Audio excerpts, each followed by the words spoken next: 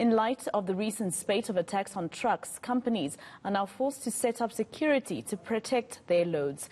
While government says it may deploy the military if there's a need, but until then, trucking companies must protect themselves. My colleague Barry Bateman is checking just how they're doing this. He joins us now live. Now, Barry, I believe you're near or inside an armored vehicle.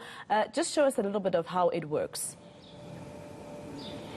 Yeah, good morning. We're at the Titan Aviation warehouse here, not far from OR Tambo International Airport. And this company specializes in the protection and the movement of high-value cargo. Now, we've got a row of these armored vehicles here which would provide that armored escort. Now, I'm just giving you a taste of what kind of protection we're looking at. Now, you think this is an ordinary Hilux, but you've got to take a closer look to really understand what is going on here.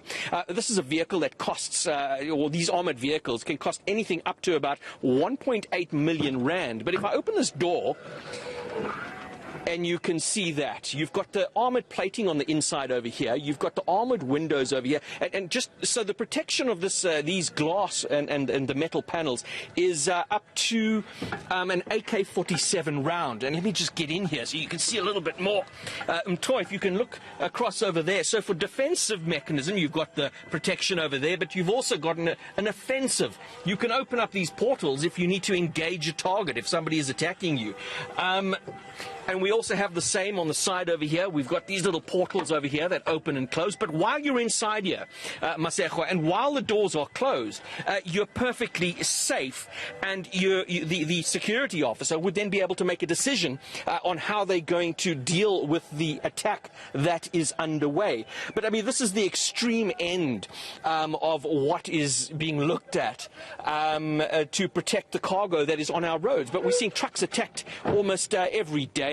Dozens of them. I mean, we had attacks the other night. But this is an expensive means of being able to secure cargo. But it's, I suppose, speaks to the desperation.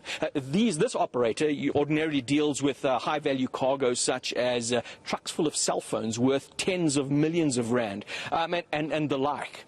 So it's going to cost a lot of money, but it certainly can be done. And this is available right here in Gauteng.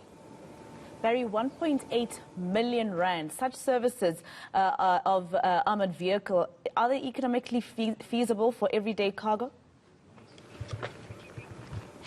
No, it simply isn't, and I think that's why it speaks to why we need the SAPS or the authorities to be able to ensure that these logistics routes are safe.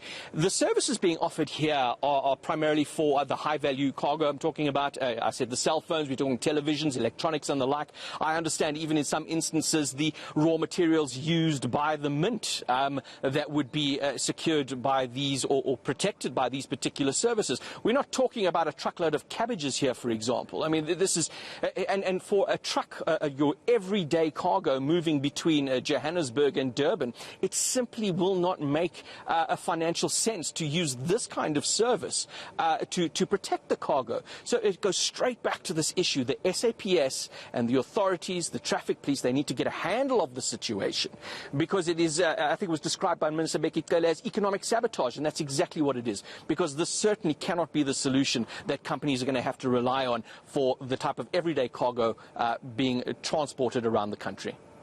All right, let's leave it there. Thank you so much. Barry Bateman coming to us live from Boksburg.